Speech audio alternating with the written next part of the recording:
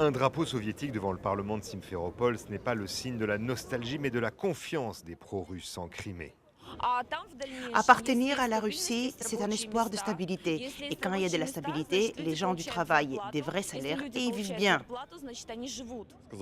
Pour moi, ça changerait tout, parce que là, je n'ai plus de travail. Mon patron est pro-ukrainien. Conséquence, il m'a viré, parce qu'il sait que je soutiens la Russie.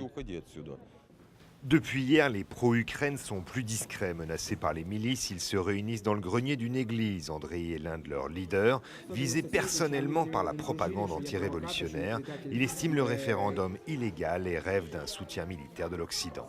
Nous espérons que la communauté internationale nous protégera, surtout les Nations Unies et l'Amérique. D'ailleurs, selon mes sources, des militaires des pays de l'OTAN et des troupes américaines sont déjà prêtes à nous défendre. Et puis on fonde beaucoup d'espoir sur nos voisins européens. Et ces pro-Ukraine y croient encore. Pour préparer la prochaine action, Luban et Julia se sont installés dans un bar. Le meilleur moyen de ne pas être dénoncé par ses voisins. En décembre, il y avait des centaines de personnes qui se sont rassemblées ici pour supporter la révolution de Maïdan. Mais maintenant, il y en a de moins en moins parce que la situation est très dangereuse. Les gens ont peur pour leur vie.